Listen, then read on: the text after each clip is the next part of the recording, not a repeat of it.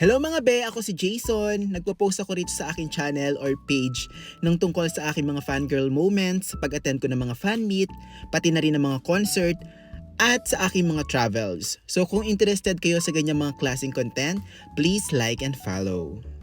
Every weekend ay nagpo-post ako ng aking mga travels, at ngayon hisimulan ko na rin ang pagpo-post ng mga travel tips, starting with South Korea. Just check out my playlist. Meron akong South Korea 2023 playlist dyan.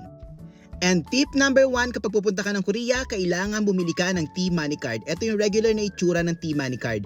Mabibili mo siya sa convenience store. So pagbaba mo sa Incheon International Airport, humanap ka agad ng convenience store at bumili nito.